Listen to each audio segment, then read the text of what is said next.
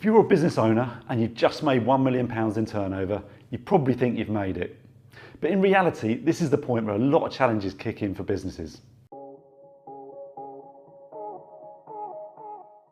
The first one is cash flow. When you get bigger, often the orders get bigger too. So perhaps you need to carry more stock. If you're doing professional services, you need to have more people. And therefore, the risk starts to grow around your cash flow, because potentially then you've got to invest up front. You've got to buy the stock up front, or you've got to hire the people up front to deliver that work.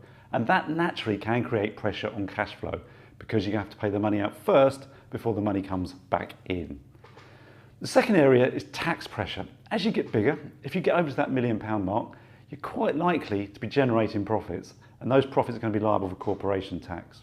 The corporation tax rate for businesses, UK businesses, making over 250k in profit, in taxable profit, is 25%. Okay, so that's a big chunk of money for a UK company to find.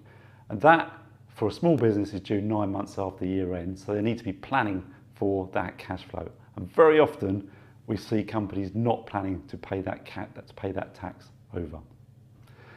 Third issue is hiring. So typically, as your business gets bigger, you're going to have to hire more people, and that then brings more complexity into the business. Bring in more people, you're going to need to think about your HR processes, your contracts, your handbooks, and all the governance that goes with employing people, which can increase costs and increase management time around actually managing those people. The fourth thing is founder bottleneck. Very often, the founder of the business is still heavily involved in the business at this point. And what that means is they'll be involved in the decision making around sales, around operations, on the commercial side of it, potentially on the financial side of it as well.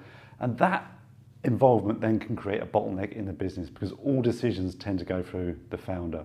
So what we need to do is make sure it's really important when you start to get to $1 million, you start to build those layers of management into your business and start delegating responsibility down to those management layers. That then takes the pressure off the founders and also empowers individuals to make their own decisions in the organisation.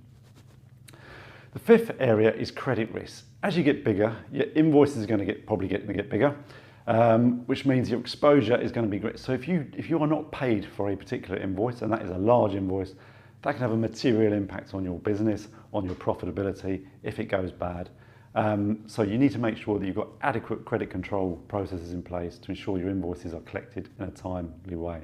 The sixth area is pressure on margins. And what this means is as you get bigger, your costs inevitably start to increase. So you're going to have to invest more in systems, in processes, potentially hiring staff, and therefore your cost base tends to rise. And it can be quite tricky to make sure that you maintain your margins at this point, because you need to ensure that as your costs increase, that your margins are protected. Because if you don't, then your margins are going to become eroded. So there it is, at £1 million, the game starts to change. So just remember, at £1 million, at this point, you're building a system, you're not just building a business. And you need to make sure that you're highly organised to make sure you're executing properly. If this has been useful, please like and subscribe to our channel.